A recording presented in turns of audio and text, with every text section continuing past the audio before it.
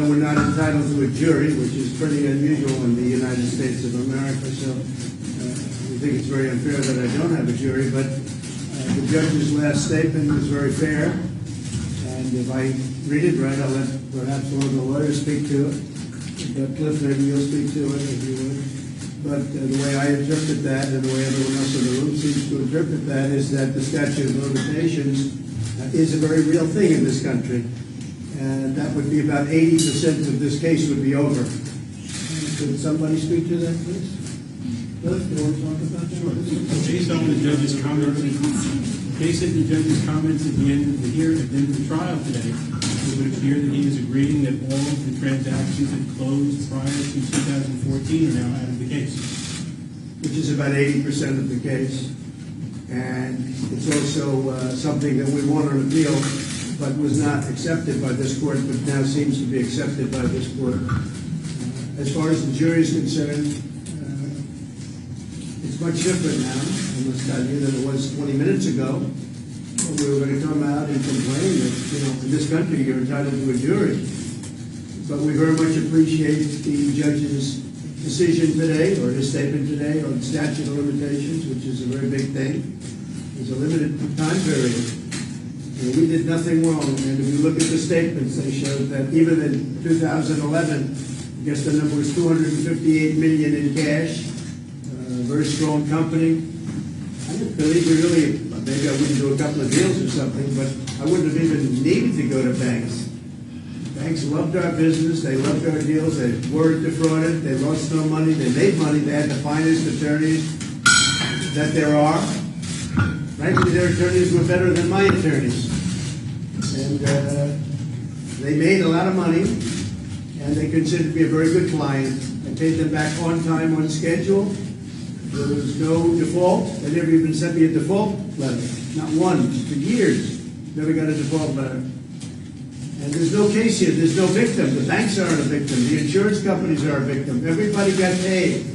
It's a terrible, terrible thing. This was for politics. Now, it has been very successful for them because they took me off the campaign trail.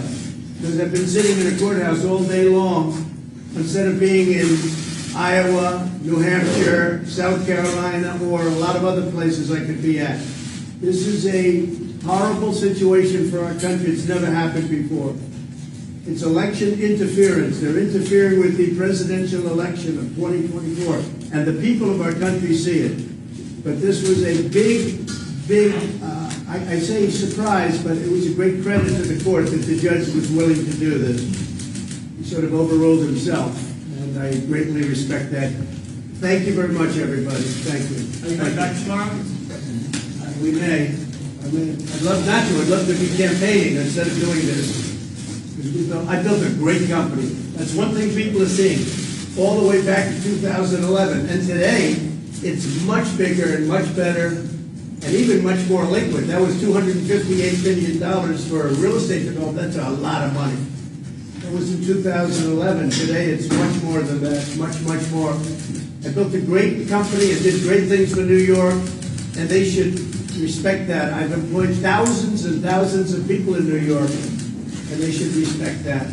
The Attorney General of this state is a disgrace. Letitia James is a disgrace. She's a disgrace to our country and to the state of New York. She should focus on all of the violent crime and the murders going on in New York, not on somebody that paid back the banks in full without a default, and in many cases paid it back early. Thank you very much, everybody.